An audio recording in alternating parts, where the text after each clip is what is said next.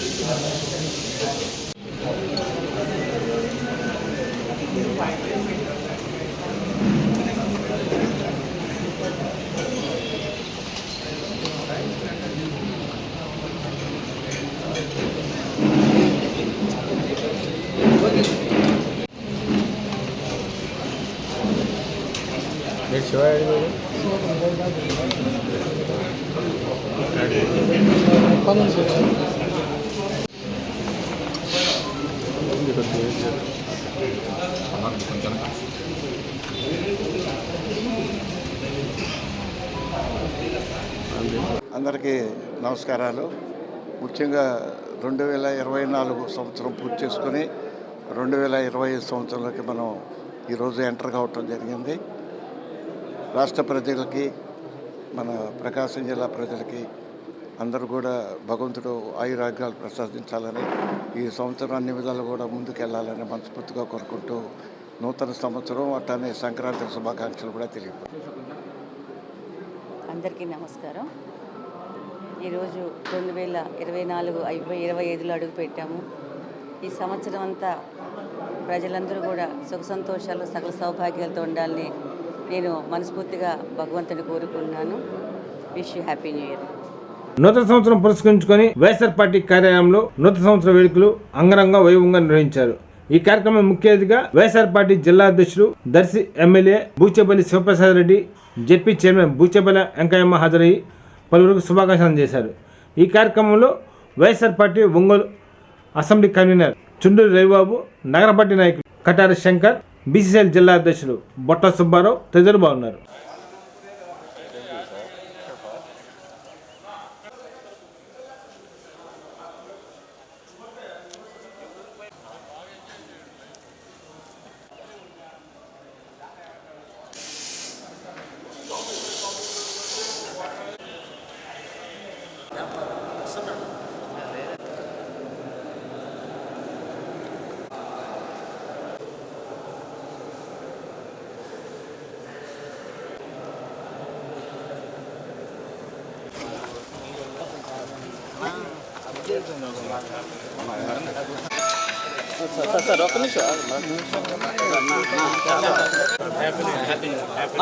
పక్కన side side.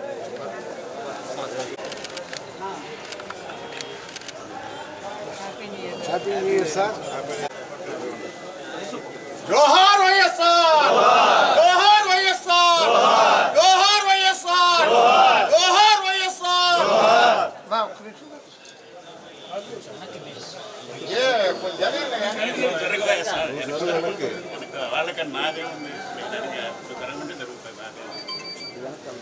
జోహార్ వైఎస్ఆర్, జై జగన్, జై జగన్, జై జగన్, జై జగన్, జై జగన్. వద్దిల్లాలి జగన్మోహన్ నాయకత్వం, వద్దిల్లాలి బూచేపల్లి నాయకత్వం, వద్దిల్లాలి రవిసాగర్ నాయకత్వం. నువ్వు వెనకరా ఏడకి తర్వాత సాక్షి అతను పోయి నువ్వు తయారయ్యావా? డయ్యలయ్యా ముందు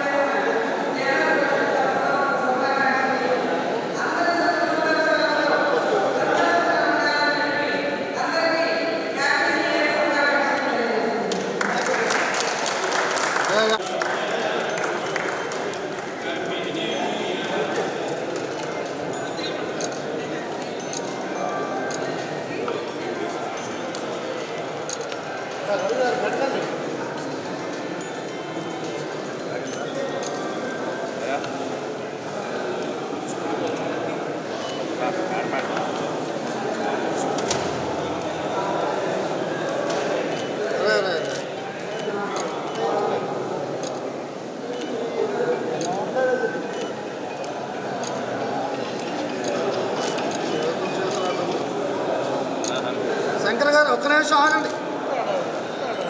నా చిన్నగా అన్న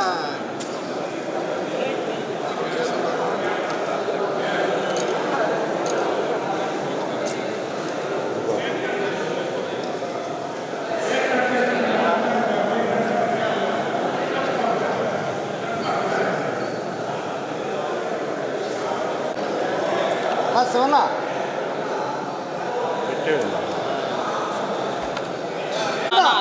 ఒక్క నిమిషం అలా ఉండండి.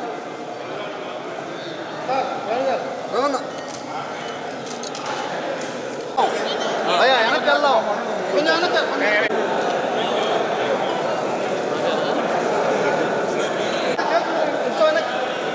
శంకరన్న ఇక్కడ అమ్మా అమ్మా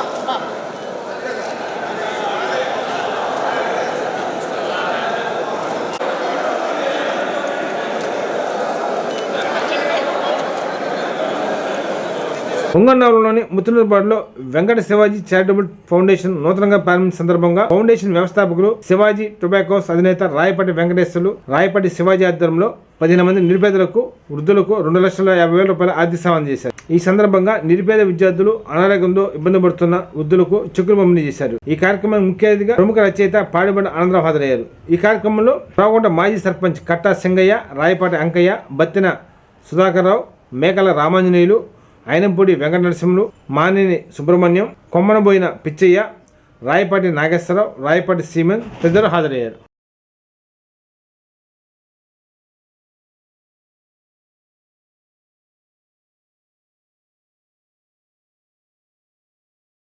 పెట్టి కూడా మీరు వారికి సంబంధించి లక్ష్యం ఏంటి అలంకరించవలసిందిగా కోరుతున్నాను. అదేవిధంగా వారి తనయుడు శివాజీని కూడా వేదికను అలంకరించారు. ప్రతి సంవత్సరం ఇదే విధంగా వాళ్ళ చదువుకి సహాయం చేస్తుందని వెంకటేశ్వర గారు చెప్పి ఉన్నారు. వారికి 10,000 చెక్కుని మన అతిథులు, ఆత్మీయ అతిథులు అందజేస్తారు. అదేవిధంగా ఆపోతి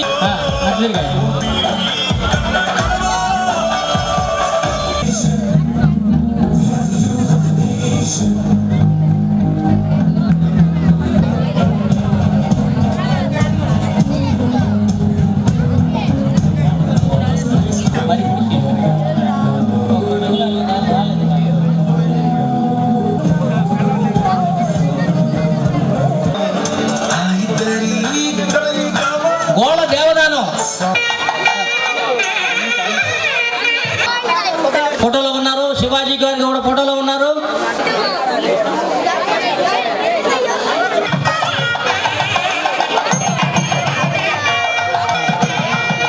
తర్వాత కొమ్ముబోయి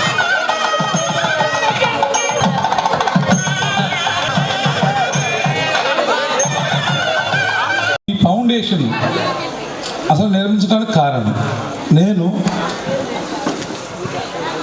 చిన్నతనం ఈ యొక్క జీవితం ఎలా సాగిందంటే, నేను మా కుటుంబంలో ఏడుగురు అయితే మా పెద్దన్న సీమోన్, నేను పుట్టిన సంవత్సరానికే ఆయన చనిపోయిన తర్వాత మేము 6 ఉన్నాం. 6 బ్రదర్స్వి. అలాగే నేను లాస్ట్ వాడిని. స్వర్గీయ రాయపాటి జార్జి గారు తండ్రి గారు నన్ను చిన్నప్పటి నుంచి నన్ను ఎనికీత పెట్టుకొని ఆయన తిప్పడం జరిగింది నన్ను. రెండోది, ఆయన వయసులో ఈ వ్యాపారానికి మాకు ఒకటే ఉండేది. నాకు గొప్ప విషయం ఏంటంటే, ఒక వ్యక్తి మాకు సహాయం చేస్తే అది గుర్తించుకోవటం నాకు మా నాన్నగారు నేర్పిన విధి. ఆయన అడుగుజాడల్లోనే నేను నడిచాను. ఆయన పొగాకు వ్యాపారం ఎట్లా మొదలైంది అందరూ కూలి పని చేసుకుంటా ఏ పని కంటే సేవ చేసుకునే రోజుల్లో కంపెనీ రోడ్డుకు వెళ్ళటం జరిగింది. అక్కడ రోగంట నుంచి అర్జునవాడ నుంచి దాసర రామయ్య, కొట్టు అంకయ్య, వాళ్ళిద్దరిని తోటి స్నేహబంధంతో కుదిరించుకొని వాళ్ళు వ్యాపార రంగంలో చిన్నగా చేస్తున్నారు. వాళ్ళతోటి బిగించేసి మా నాన్న తెలివిగా వాళ్ళతోటి సహాయంతో వాళ్ళ 3 పార్ట్నర్లు అయ్యి వ్యాపారం బిగిన్ చేస్తూ ఉండేవాడు. అప్పుడు నాకు 5 సంవత్సరాలు. ఇది మొత్తం కూడా నాకు గుర్తే. నేను చదివేలేదు కానీ నాకు గుర్తు. వాళ్ళ వెనకిత తిరుగుతూ ఉండేవాడిని.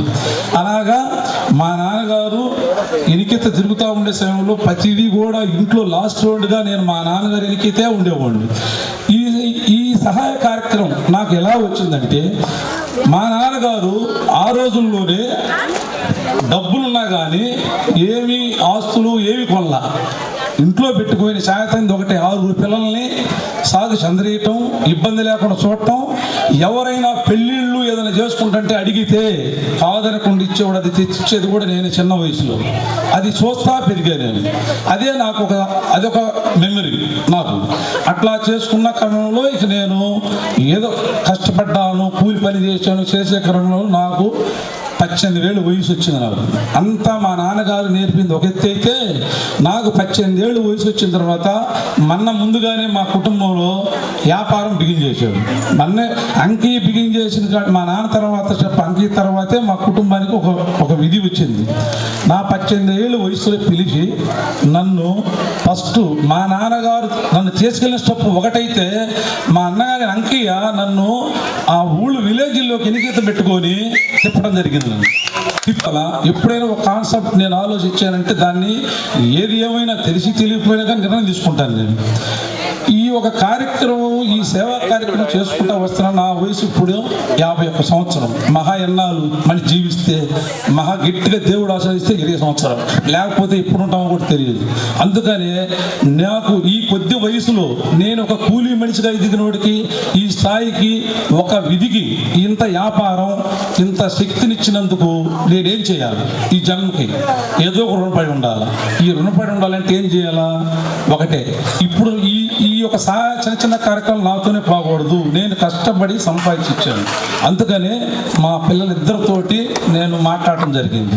మా కొడుకు శివాజీతో మాట్లాడాను, మా అమ్మాయితో మాట్లాడి ఇది నేను ఒక ఫౌండేషన్ పెట్టదలుచుకున్నాను. మీరు నా కోరిక ఒక్కటే, నేను మిమ్మల్ని సాక్షి అంతరించి ఈ స్థితికి పెట్టినందుకు ఈ ఫౌండేషన్ నిర్మించిన తర్వాత నేను ప్రతి క్రిస్మస్ 25వ తారీఖున నేను ఈ ఫౌండేషన్ ద్వారా సహాయకార్యాలు చేయదలుచుకుంటున్నాను. ఇది మీరు చేయాలి అబ్బాయి, ఇది మీరే కాదు మీ పిల్లల తరం కూడా చేయాలి వారసత్వంగా. అదే ఈ రిజిస్ట్రేషను. మన కుటుంబం తరఫున రిజిస్ట్రేషన్ చేస్తానంటేనా మా కొడుకు శివాజీ ఫస్ట్ మాటకే నాన్న నువ్వు ఎప్పుడైనా ఏదనుకున్నా అది చేస్తావు, దానికి ఇబ్బంది లేదు, నువ్వు చెయ్యని ఫస్ట్ భరోసా శివాజీ ఇవ్వడం జరిగింది. ఇక నేను ఈ ఫౌండేషన్ స్థాపించిన కారణం ఇది. సరే, ఇందులో ఏదైనా తెలిసి తిరిగి తప్పు ఉంటే క్షమించండి. నా యొక్క కోరిక ఇదే, భగవంతుని కోరేది ఈ ఫౌండేషన్ ద్వారా ఎప్పుడు భగవంతుడు మాకు శక్తిని ఇవ్వాలని కోరుకుంటూ సెలవు తీసుకుంటాం. inaugurating a trust or foundation, Venkata Shivaji Charitable Foundation, on this special day. ఈ ట్రస్ట్ ఈ ఫౌండేషన్ గురించి ఇనిషియల్గా ఫాదర్ నాతో డిస్కస్ చేసినప్పుడు చాలా ఎంతూజియాజంగా ఫాదర్ నాతో షేర్ చేసుకోవడం జరిగింది.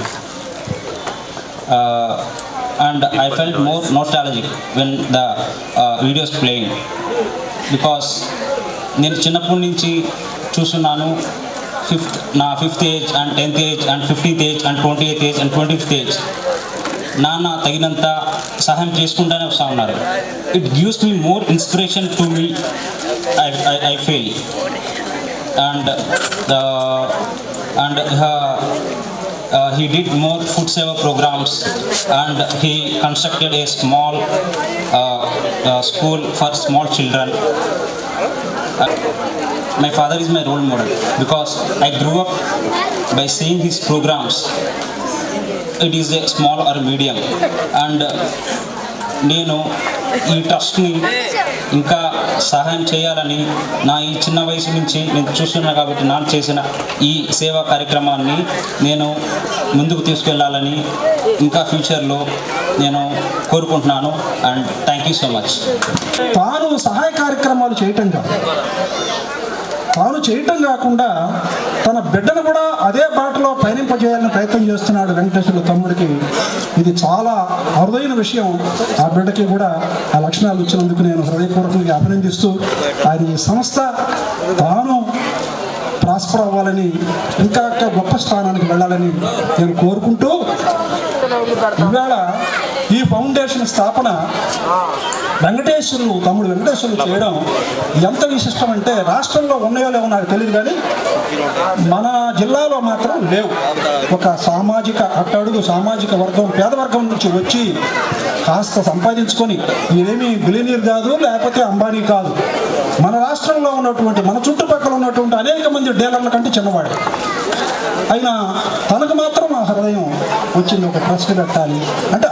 చాలా కాలం నుంచి సహాయం చేస్తూ కూడా దీన్ని ఒక ట్రస్ట్ ద్వారా నడిపించడం బాగుంటుందని ఈ కార్యక్రమం నాతో సంప్రదిస్తే నేను రిజిస్ట్రేషన్ అనుకున్నాను.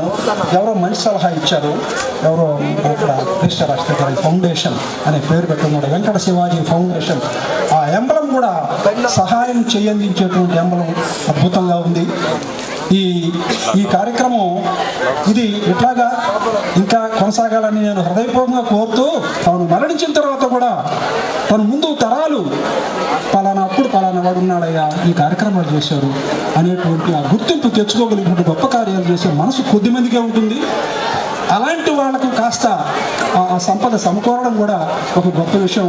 వెంకటేశ్వర గారి వ్యాపారాలు అభివృద్ధి చెందాలి, ఆయన బిడ్డలకు మంచి జరగాలి, మంచి కార్యక్రమాలు జరపాలని నేను మనస్ఫూర్తిగా కోరుకుంటూ నమస్కారం.